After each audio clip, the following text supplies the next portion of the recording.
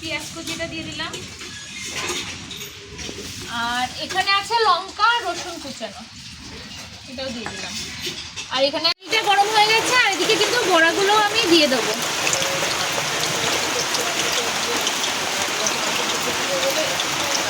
বড়াগুলো কিন্তু তোমরা গোল করে দেবে না, তাহলে কিন্তু ভেতরে একটু কাঁচা থেকে যাবে। দেখেছো কেমন আওয়াজ হচ্ছে? দেখো বড়াগুলো কিন্তু ভালোই মুচমুচে হয়ে গেছে।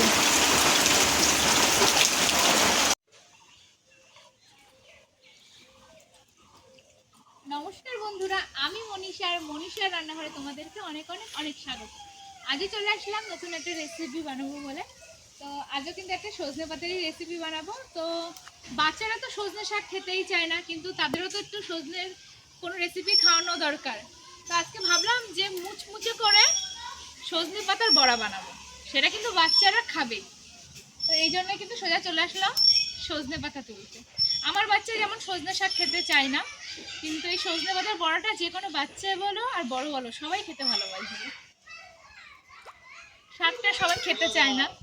চলো সজনে পাতাগুলো তুলে নিয়েছি, তো চলো যাওয়া যাক। এবার কিন্তু আমি সজনে পাতাগুলো ছাড়িয়ে নেব। এরকম ভাবে সজনে পাতাগুলো একটা একটা করে ছাড়িয়ে নিতে হবে, যাতে এই শক্ত ডাঁটাগুলো না যায়। চলো পাতাগুলো আগে ছাড়িয়ে নিই। এখানে কিন্তু পাতাগুলো সব ছাড়িয়ে নিয়েছি, আর পাতাগুলো এবার ধুয়ে নেবো। চলো।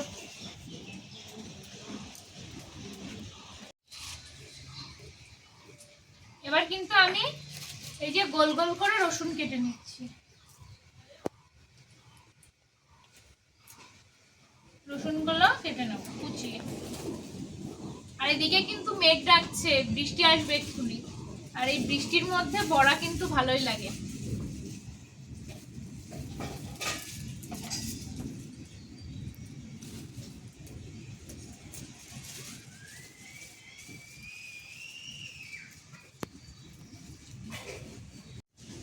এবার কিন্তু পেঁয়াজগুলো কেটে নেবো একদম ছোট ছোট করে।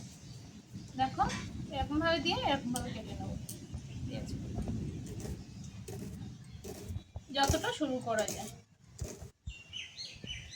দিয়ে মাঝখান দিয়ে এরকম ভাবে টুকরো করে দেবো, কেটে।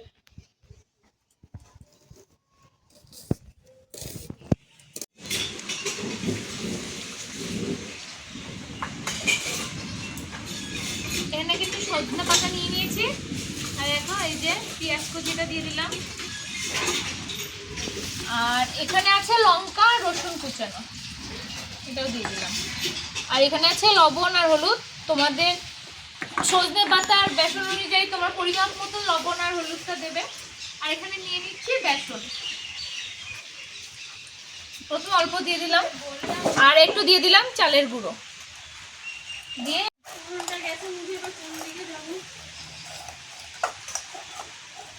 ভালো করে চটকে নিতে হবে, যে কতটা জল লাগবে তাহলে বোঝা যাবে। খুব বেশি পাতলা হয়ে গেলে হবে না।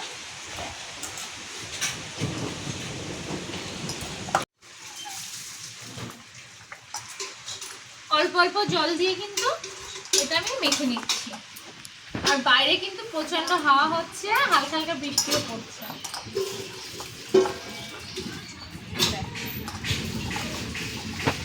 খুব বেশি বেসন দেবো না, যাতে আবার বেসন বেসন হয়ে যায়, যাতে পাতাটা যাতে খাওয়া যায় সেরকম অবস্থায় রাখতে হবে। এই দেখো, দেখেছো আমি কিন্তু আর বেশি বেসন দেবো না এর মধ্যে, কারণ খুব বেশি বেসন দিলে কিন্তু সেটা শুধু বেসন বেসনই লাগবে, পাতাটা আর বোঝা যাবে না। আর বাইরে কিন্তু কোকিলও ডাকছে, তোমরা কি আওয়াজ শুনতে পাচ্ছ? দেখো এটাই মেখে নেব, মাখিয়ে এবার কিন্তু আমি 10 মিনিটের জন্য রেখে দেবো।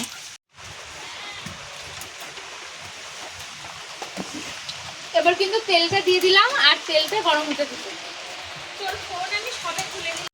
বাইরে কিন্তু ভীষণ বৃষ্টি হচ্ছে, তোমরা আওয়াজ শুনে তো বুঝতেই পারছো। আর এদিকে কিন্তু গরম গরম আর সজনে পাতার বড়া ভাজা হবে।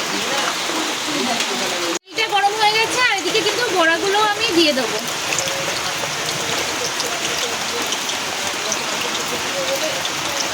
বড়াগুলো কিন্তু তোমরা গোল করে দেবে না, তাহলে কিন্তু ভেতরে একটু কাঁচা থেকে যাবে। এরকমভাবে দিয়ে দেবে, তাহলে কিন্তু ভেতরটাও ভালো ভাজা হবে।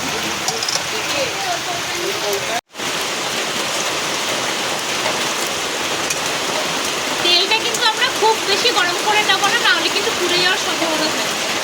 আর এখন কিন্তু একটা পিঠ হয়ে গেছে, এই জন্য উল্টে দেবো। উল্টে দিয়েছি।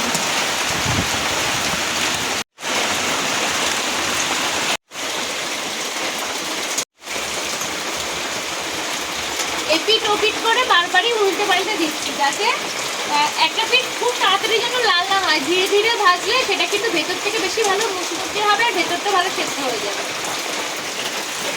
আর নাহলে শুধু উপর দিয়ে লাল হয়ে যাবে, ভেতরে কাঁচা থেকে যাবে। এই জন্য কিন্তু বারে বারে একদম নিম্নে ইচ্ছে আছে, বারবারে উল্টে পাল্টে ভাজতে হবে।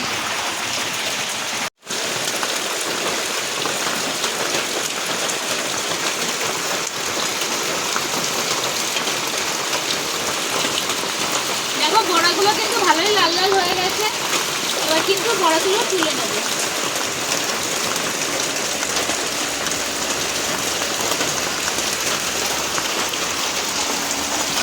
দেখেছো কেমন আওয়াজ হচ্ছে? দেখো বড়াগুলো কিন্তু ভালোই মুচমুচে হয়ে গেছে। এবার বাকি বড়াগুলো কিন্তু আমি একইভাবে ভেজে নেব।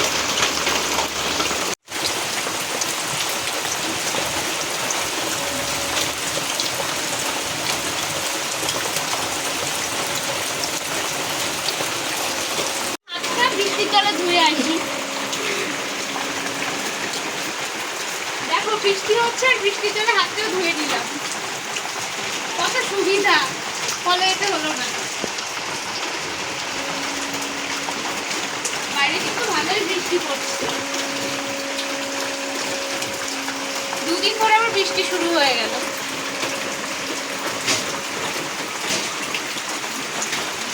এবার কিন্তু একটু নেড়ে দেবো হালকা করে, দিয়ে উল্টে দেবো, যাতে একটা সাইড একবারে লাল না হয়ে যায়।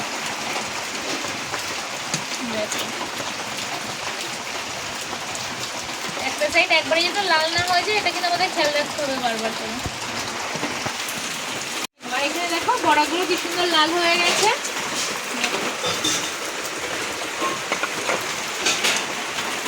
বড়াগুলো কিন্তু লাল লাল করে ভেজে নিয়েছি, আর এবার এগুলো তুলেও নেব। দেখো কতটা মুচমুচে হয়েছে, দেখে বোঝা যাচ্ছে। দেখো কতটা মুচমুচে হয়েছে, দেখছো? আর তোমাদের আজকে বড়ার রেসিপি কেমন লাগলো তোমরা কিন্তু অবশ্যই কমেন্টে জানিও। আর যদি ভালো লেগে থাকে প্লিজ লাইক কমেন্ট শেয়ার করো, আর যারা এখন সাবস্ক্রাইব করোনি প্লিজ সাবস্ক্রাইব করে দিও।